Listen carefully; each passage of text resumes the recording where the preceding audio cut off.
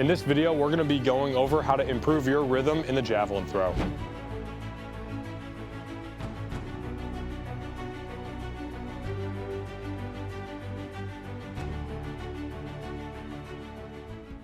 In this video, we're gonna be breaking this up into two different parts. First, we're gonna start at the back of the runway and work our way to the front, explaining how to improve our rhythm in the approach.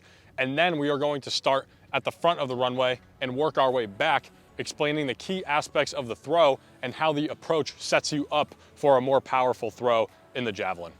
The first key aspect to having good rhythm is having a set approach. What that means is we are going to have a set number of steps when we do our full approach, so we know when to start, how many running steps we're doing, when to draw back, and when to do our penultimate and follow through.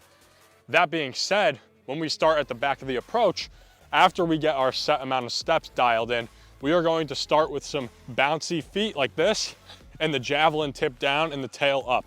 What this does is this avoids us being quad dominant. So if we start from zero and then start running, we are going to dip down forward like this and our quads are going to lead the way. So when we draw back, we're gonna have to dip way back like this. And then we're coming into the throw, throwing through the handle with the tip up and the hand pulling through. We wanna make sure that we're staying nice and bouncy right from the get-go so that we are able to start here and then eventually draw back and have the javelin up nice and high and have the tip on the eyebrow. Another important piece when we establish those bouncy running steps at the beginning of the approach is pumping with our left arm. When we run, we go opposite arm, opposite leg, correct? So when we are in the javelin throw, our right hand or our throwing arm is occupied by the javelin, so we need to pump using our left arm just like we would if we were running. So that allows us to use the left arm to pump as we're going forward and get more speed in the running steps. So once we establish staying on the balls of our feet, getting our knees up, tip down, tail up, and then pumping our left arm, when we hit our last running step, we want to use our last block leg running step to establish the drawback.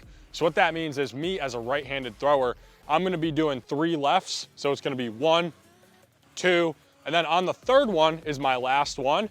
I am going to draw the javelin back.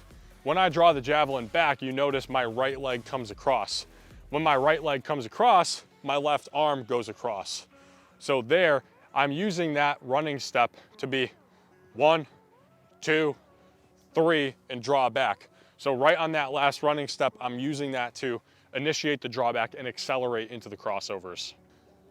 So when we get to here on the drawback phase, our right leg is across and our left arm is across. So that's going to be back leg and block arm. Throwing arm is still up in the drawback position here. Then we are going into the crossovers where the block side arm and leg will be out in front. And then the next crossover, we're back to across this way with our block arm across our body and our back leg across our body this way. Then we are back out to the front. We hit the penultimate here, and then we will go into the block and throw. This next part is going to be starting at the front and then working our way back and showing you how each one of my drills coincides with one another to make the full approach. So for those of you guys who love this channel, you'll know the drills I'm about to go through, and I'm gonna show you how they blend to make one big full approach throw. So first we have the corkscrew drill, which is going from back foot contact, closed off in back foot contact, to rolling open into the block and throw. So we're rolling our left arm down and our block side down and getting that squatty back foot contact and rolling the right side up to the sky. So we get that chest to launch the javelin upwards. So that is the final block and throw. Is the corkscrew drill is back foot contact into the block and follow through. Then from there, we add one step further and we go with the 3-position drill, which is showing the left arm across and the right leg across. So this is the penultimate and then back foot contact. And then we go into the corkscrew drill there. So you can see how it's penultimate closed off, back foot contact slightly open, and then block leg and corkscrew is open, okay? And that's how we're gonna throw.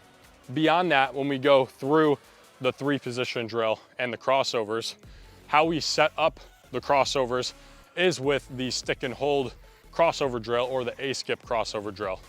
So when we get that initial drawback phase, our arm's going back and our back leg is across our body. block arm is across our body here. Then we go forward, here, here, and then here's the penultimate back foot contact corkscrew drill. Okay, so that's how now the stick and hold crossovers build into the 3-position drill and then into the corkscrew drill and throw.